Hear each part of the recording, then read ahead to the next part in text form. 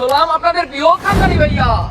আমি আজকে নিতে যাচ্ছি এমন একটি চ্যালেঞ্জ, যে চ্যালেঞ্জটি কমপ্লিট করার জন্য হতে পারে কয়েকদিন, কয়েক মাস বা কয়েক বছর আমার অপেক্ষা করতে হবে।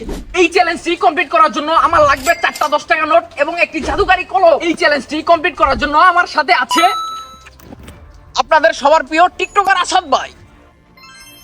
আজকের চ্যালেঞ্জটি হচ্ছে এই 4টি 10 টাকা নোটে আমি আমার নাম এবং আজকের তারিখ লিখে 4টি ভিন্ন ভিন্ন দোকানে খরচ করব এবং অপেক্ষা করব এই 4টি নোট আবার আমার কাছে কবে ফিরে আসে।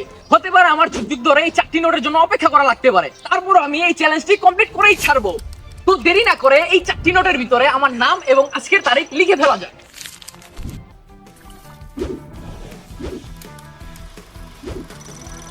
তোমার কি মনে হয় ও কি চ্যালেঞ্জটা জিততে পারবে? হ্যাঁ পারবে। আর তোমার কি মনে হয় ও কি চ্যালেঞ্জটা জিততে পারবে? জীবনেও না, একদমই পারবে না। তো গাইস, একজন বলছে পারবে, একজন বলছে পারবে না। তো জানি না কি হয়, আগে চ্যালেঞ্জটা শুরু করা যাক। তুমি কি তোমার চ্যালেঞ্জের জন্য প্রস্তুত? এক একজন বলছে তুমি পারবে, এক একজন বলছে তুমি পারবে না। তো তোমার কি মনে হচ্ছে?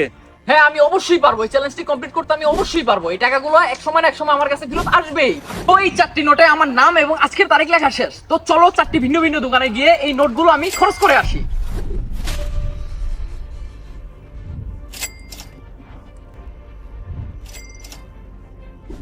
দুইটা দোকান থেকে আমার 2টা নোট খরচ হয়ে গেছে, এখন বাকি আছে শুধু 2টা নোট।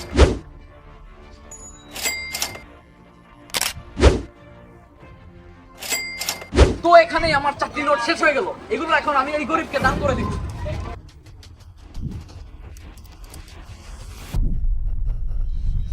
আপনারা দেখতে পারলেন এই 4টি নোট 4টা ভিন্ন ভিন্ন দোকানে আমার খরচ করা শেষ। তো এই নোটগুলোর জন্য আমার কতদিন অপেক্ষা করা লাগতে পারে আমি নিজেও জানি না। হইতে পারে কয়েক মাস, কয়েক যুগ, কয়েক বছর অপেক্ষা করা লাগতে পারে, তারপর আমি অপেক্ষা করব।